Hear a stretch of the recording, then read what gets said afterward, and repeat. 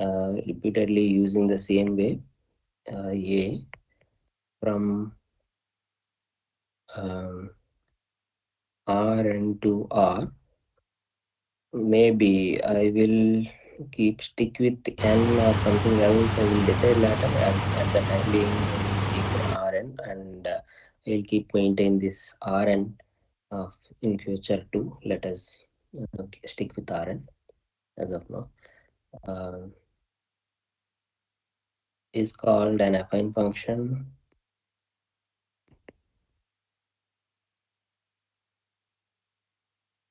Uh, if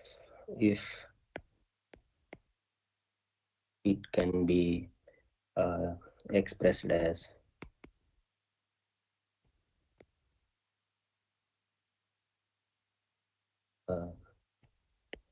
a of x. This x is from Rn. That is what a is a function, and it is written as simply a of x. Maybe there are a lot of ways of representing this one. Uh, you can represent in a linear algebraic way. You can represent in uh, the dot product or explicit writing way, but let us write up in linear algebraic way. That is, there is a weights associated, x transpose plus b, and let me write up other expressions too, like you will be knowing them.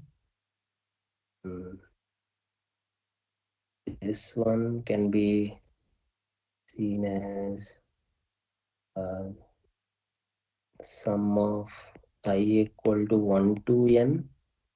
It is wi xi plus b, or maybe you can write up like uh,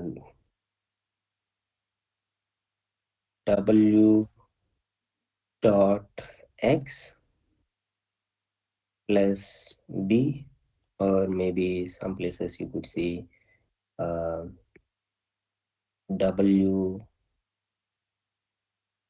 all are same, w comma uh, x. This is the inner product way writing, plus b. So what they are talking, representing is simply if you take n equal to 2, uh, a of x is, in general, it is from R2 to R. That means you have a W1, W2 times dot product of it, let's say x1 comma x2 plus b is simply w1 x1 plus w2 x2 plus b. So this is a line equation or a plane equation, a linear setting, line in the sense of like uh, in a higher dimension. It is you can see this is a is from R2 to R. That is what we define, so that it is sitting inside R3, and it requires inputs from R2. That is where it is we mention this one. So it can be kind of a linear, this one. This is okay. Simply written this one. Now writing this one explicitly uh, in terms of okay, in the definition itself, I will write up something uh, from where these are coming from, where what are W and this one, where then we can finish it up like the definition is. It has no, I don't need to keep it right x here. I'll write up like W mm, belongs to Rn, and can you tell me B belongs to where?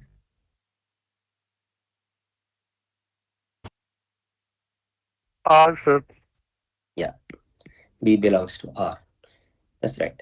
It's not from Rn because we need a real number. So dot product gives a real number and a B. So this X is coming from Rn by definition of Ax itself. So that is it's a simple affine function in higher dimension. Okay. Now next one, I will go with another definition. It is a class of affine functions. Um, so I don't call it as a definition because it is just a extension of this one. It is a set construction. The set construction is kind of like a set of all affine functions from Rn to R. So all affine functions from Rn to R, uh, such that mm, you can say define what is A here, W transpose X plus B. This one, no, this one I think we have written W X transpose so that we are maintaining the same rotation. Uh, all possible W's you are you are collecting with for all possible values of Rn and all possible values of R. So you are keeping all possible functions, but you are keep maintaining this constant n. This you are not changing this n, that is R into R. So yeah, you can think of like this one is set of all affine functions. um, I need some notation here to choose. Maybe mm, uh, there are a lot of notations to express, but I need this is completely affine functions, and what are all components involved here. To particular this one, there is only one thing, that is n. So mm, this set you can. I don't want a script A as we have already used it for. I just keep it plain with so script n, and I may use AI AJ for a particular affine function, so that I don't want to use this one. Yeah. So don't confuse with single A is a affine function. Whenever I'm writing a rise n, that is not a rise, it is just a notation. It is a set constructions of all affine functions. Okay. This is just a simple class of functions.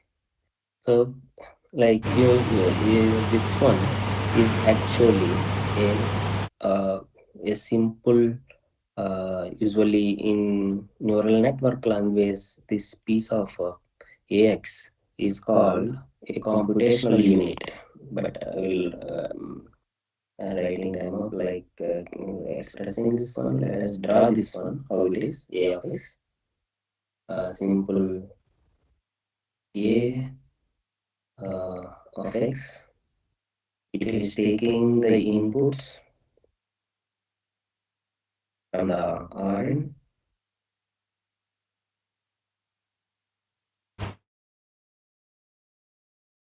x1, x2, x3, and so on, xn, and there is a b is also taking, and that is 1 with b. That is not b with 1, like 1 times b. This is a w1, w2, w3, wn, and b. So now you can see the each one is weighted with the dot product, and we are adding 1 times b. That is where you can see that it is something like W X transpose plus B, we will get a real number. That is, we are taking it as A of X. As simple as that. If we represent simple A of X into it, and uh, if we change all these weights, and that is a new one. So we are collecting all possible numbers or all possible weights by changing this W and B, and we are keeping them all in this affine function space. So this is affine functions. Yeah, that's it. We may we'll use this one as a core basis or core element. This is simply called as a affine function or computational unit. Um, Next, let me go with another definition.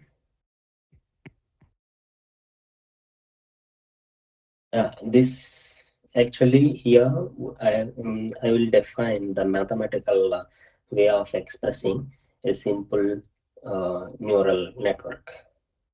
So this is affine function. We combine these affine functions into uh, other functions. That is where the neural networks will start. So mm, that is mostly we call them as um, there are several constructions we can define. That is not a single one, but very first I will define a particular class of nets, that is sigma nets. We have sigma pi nets as well, but we don't discuss sigma pi nets with all of our theory, but I will go with how sigma pi nets are different from sigma nets. We'll see a lot of variations in them. Mostly we stick with all the theory with sigma nets. Within the sigma nets, there are several flavors. We can adjust them. Okay. Uh, so let me first define what are all those things, terminologies. Yeah. Let me define a function first. Uh, a simple function from Rn to R. This is this function from Rn to R. Usually, we can talk as a target function. This is what does target for function we mean. You will understand why I am speaking that word, the target, in very soon. For the time being, just think of like whenever I say is a target function. Um, Let me choose another function. Capital G, I write up capital G. It is for activation functions from R to R. It is usually a Borel measurable. It is a measurable function. I could say it is from Borel measurable B of R, G from B of R. But um, for time being, uh, yeah, let me think of like we have already discussed this one measure theory, so that I'll write up in the terms of measure theoretic way. So I don't need any more with the real sense, I guess. But I will write up a simpler version for general uh, acceptance or general way of understanding.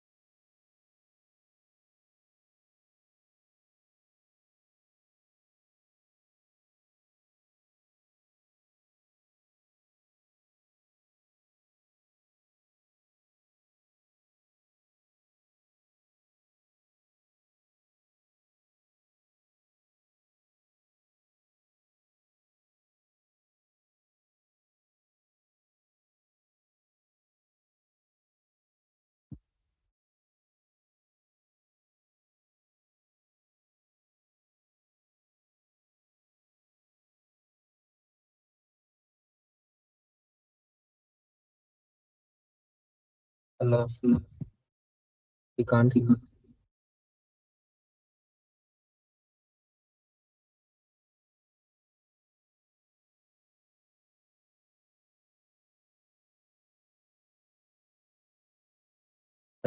Can you hear me or no? Yes, sir. Yeah, okay. Okay.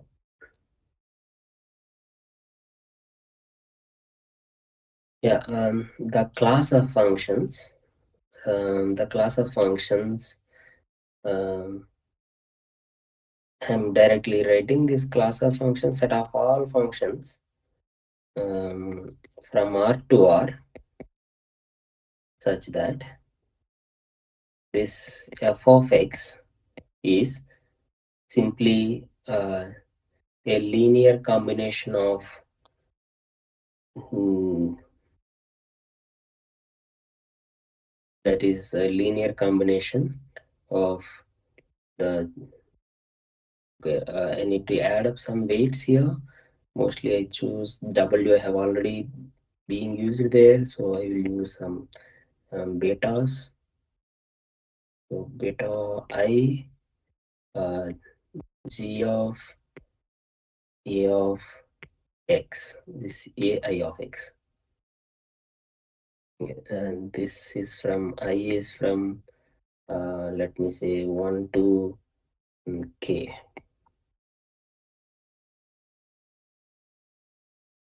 Okay, and this one is where you can think of like X.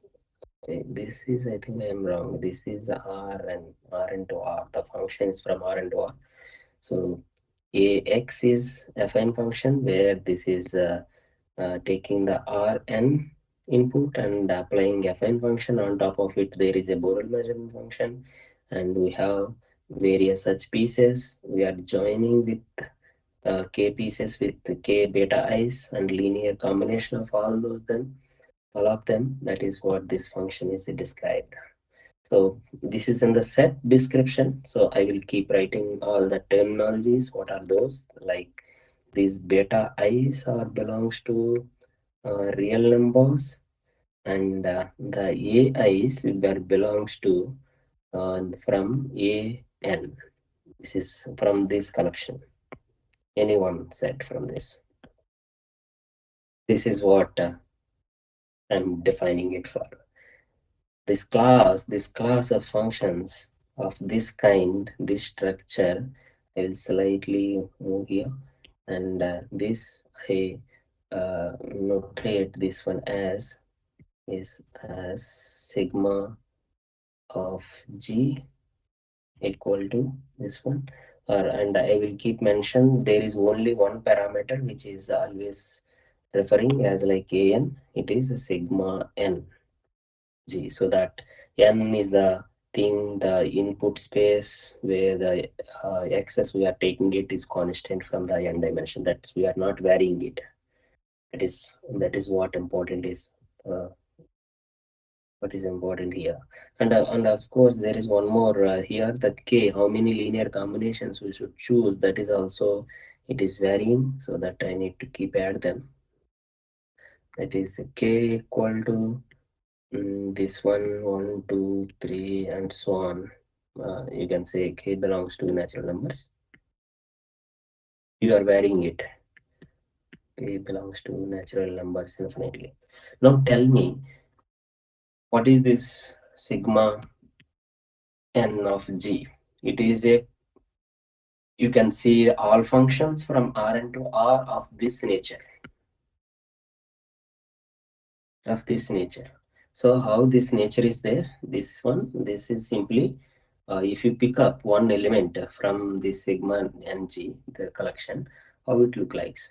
Like if you choose f um, belongs to sigma n of g, a particular function. Can you express this one? Let us break it down. Fn of x equal to, right up, let's say you choose a particular k, uh, choose some k. What, what is the best one? Or best one means like not in the terms of best. It is in the terms of like with the expression possible.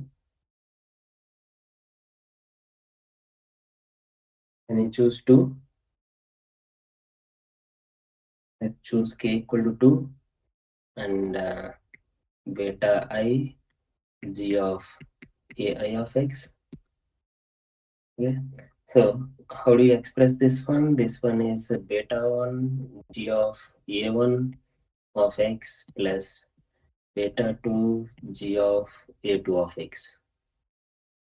So you know a1 a2 are affine functions, and g is a Borel measurable function. Okay.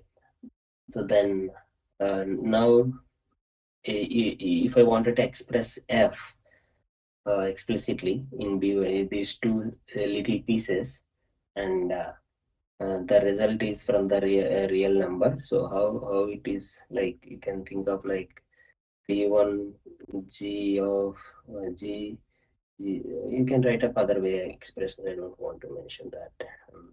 So let us write up this one, how it is going. Like we are giving the input x. That input x I will express all time this one, and that is x1, x2, xn. And there is a hidden thing, that is affine functions a2 is not just the a2 of x. There is a bias unit is added here. This is 1 times b, that is there a wx transpose plus b is there, that we will add them here too. 1. Then we have the first one, g of a2 of x or a1 of x. Let's count this one. um, at very beginning definition, we have seen that a of x computation. Now here is also same thing. I will plot this one as first one is a1 of x. Let's, you know it already. We have seen this. This is x transpose w times x transpose plus b. That is what w1 w2 wn, this one b. For the a1, I will write up 1 here. So a w11 w 12, this one w1n and b1. And we have another one, that is for a2 the same computation, that is next part here. I'm writing the inner part only, a2 of x here. That is let me write up that one. All these new, again it is a new combination or new weights, not a combination, new weights, that is w21 w22 w2 w2n or b2. That is computing with a2 of x. This is our a2 of x, the little pieces of this one and this one affine functions. Then on top of it, there is a g. I did not talk anything about the g. That's function. There is some Borel measurable function.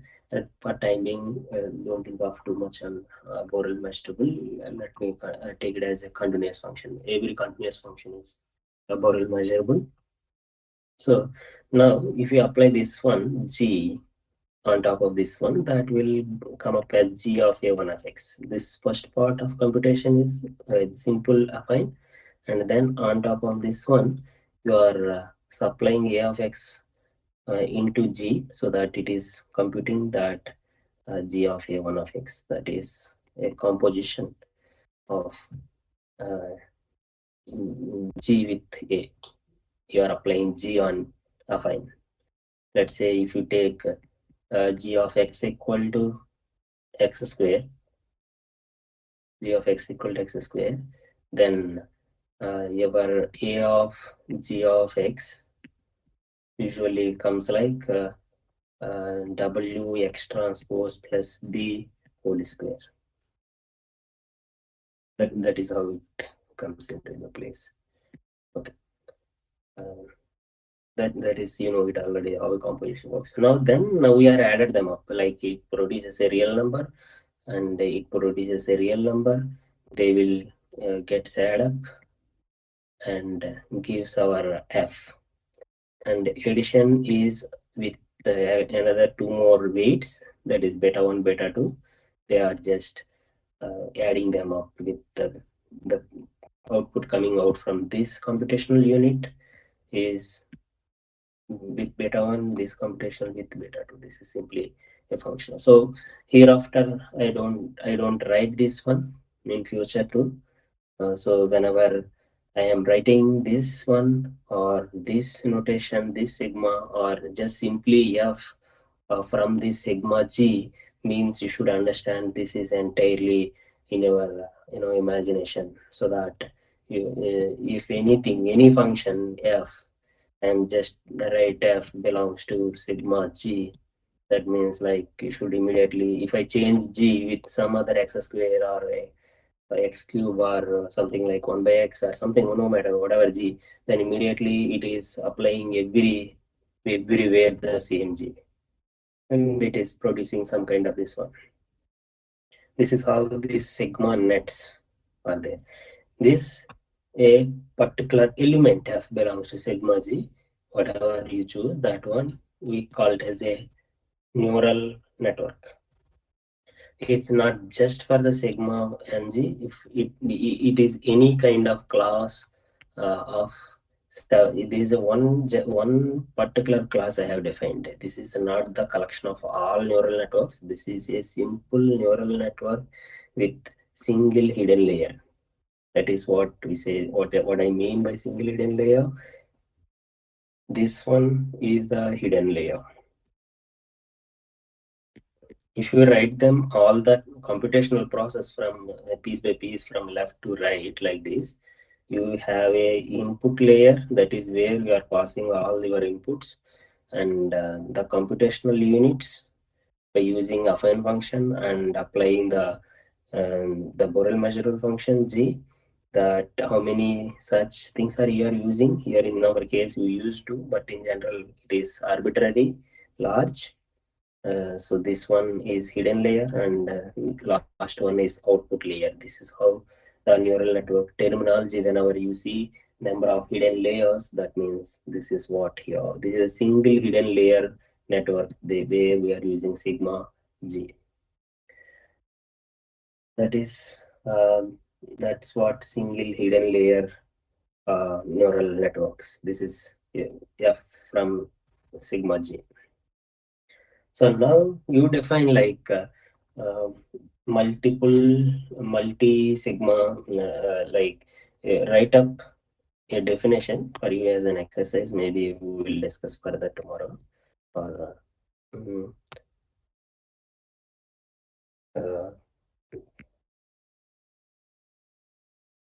construct um, mathematical expression for um, multi hidden layer, I could say. Multi hidden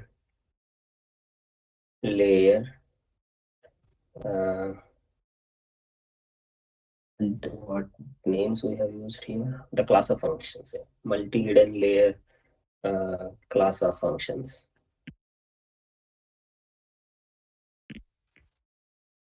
So this is an exercise, that means like you are keep adding the same computational units. These computational units, not just one. There are several such things, and then you are bringing down later into the F. Okay, that's you try to express them. That is what I could say. So now we'll slowly move into some notations. I just stop this one here with this simple sigma net. Now a few terminologies I am keep wanted to write them up. You know that mathematics, you are dealing with uh, how do you write, like you have something like d box, set of all continuous functions. You have suppose one box that is, let's say, 0 comma 1, and set of all continuous functions from 0 comma 1 is the notation do you use c0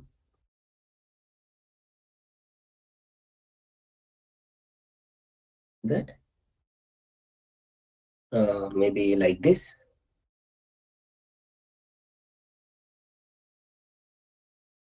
Set of all continuous functions. I think we have used the set of all continuous functions notation. Maybe I forget the notations. The same notation I think we have used in the earlier thing, and I keep continue with that. Suppose you have something like a two box. Let's say for higher dimension 0 comma 1, I could say Cn. This is a set of all continuous functions. C means continuous, that n is the dimension where we are discussing the continuous functions. That is what the n box. So this is a set of all continuous functions. If I don't mention anything 0 comma 1 or something, then it is set of all continuous functions from Rn to R, um, such that f is continuous. This is set of all continuous functions in description.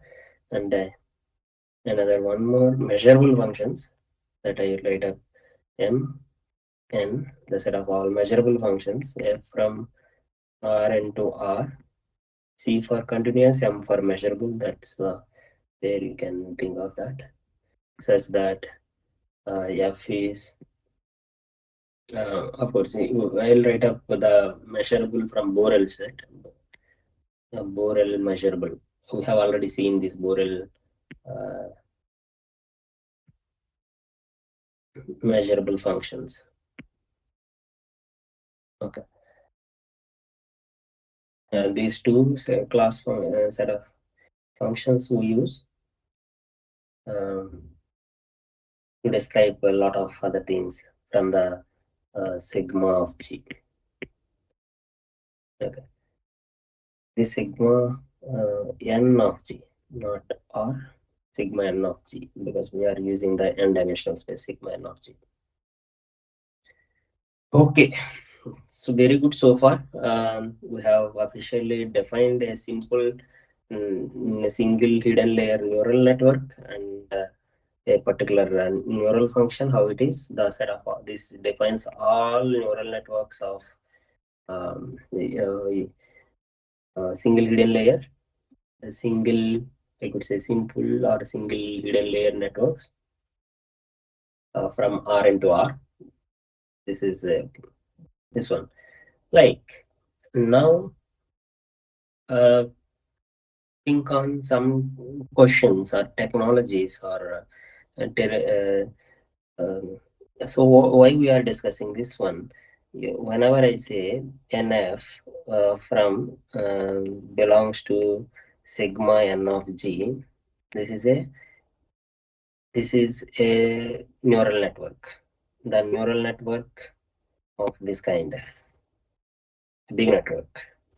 You have the n inputs, one bias, and this one, and combining to R. So that means it is simply taking a function f from Rn to R.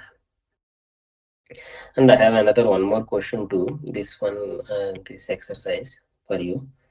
That is one, and the second one. Uh, Second one is, I could say, how do you construct for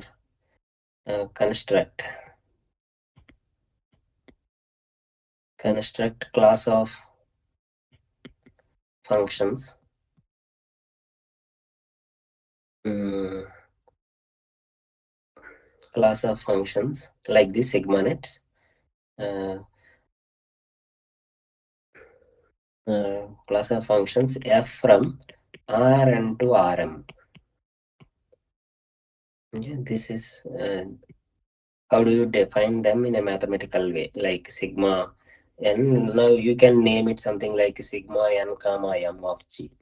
So that means that now your any function you choose, this f belongs to n comma m, that is mapping from Rn to Rm.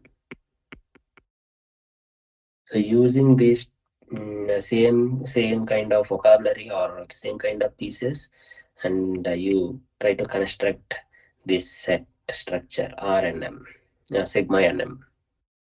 This is our exercise. This is part of.